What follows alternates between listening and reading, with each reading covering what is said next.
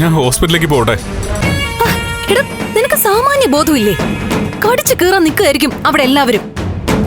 മനുഷ്യത്വം കൊണ്ട് കേറി ചെന്ന് കൊടുത്താലേ പണി കിട്ടും. എനിക്ക് മനസ്സമാധാനം കിട്ടുന്നില്ല ബെല്ല. എടാ, നീ ദേവിയുടെ അച്ഛനെ അടിക്കുന്നതിന് ആ ഗിരീശൻ സാക്ഷിയാ. അപ്പൊ എങ്ങനെയായിരിക്കും അവര് നിന്നോട് പെരുമാറുന്നേ?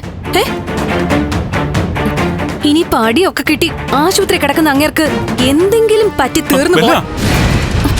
എടാ, നീ ഒച്ച വെക്കണ്ട, കാര്യം പറഞ്ഞതാ. ബെല്ല, ചൂടാവാതെ. ഞാൻ എൻ്റെ പരിചയത്തിലുള്ള ആളുമായിട്ട് ഒന്നുകൂടെ സംസാരിക്കട്ടെ. എന്തായാലും നന്ദൻ ആശുപത്രി പോകണ്ട, അവിടുത്തെ കാര്യങ്ങളൊന്ന് അന്വേഷിക്കട്ടെ.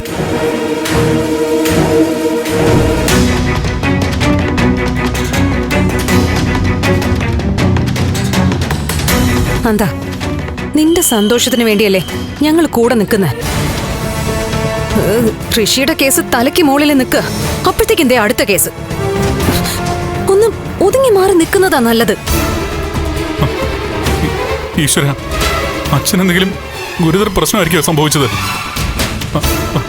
നോക്കാം, കെവിൻ അന്വേഷിക്കട്ടെ.